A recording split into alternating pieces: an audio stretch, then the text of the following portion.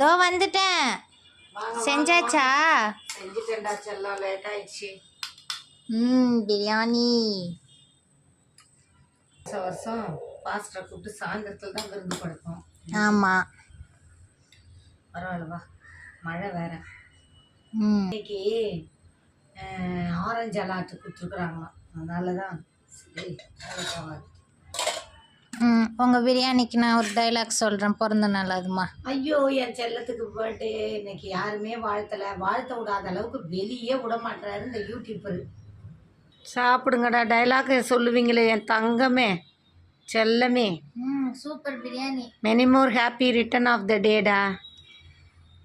வாடகை வீட்டுக்கு போனா அடிக்க கூடாதுன்னு சொல்லுவாங்க ஆனி. இன்னைக்கு நம்ம வீட்டுல பிரியாணி.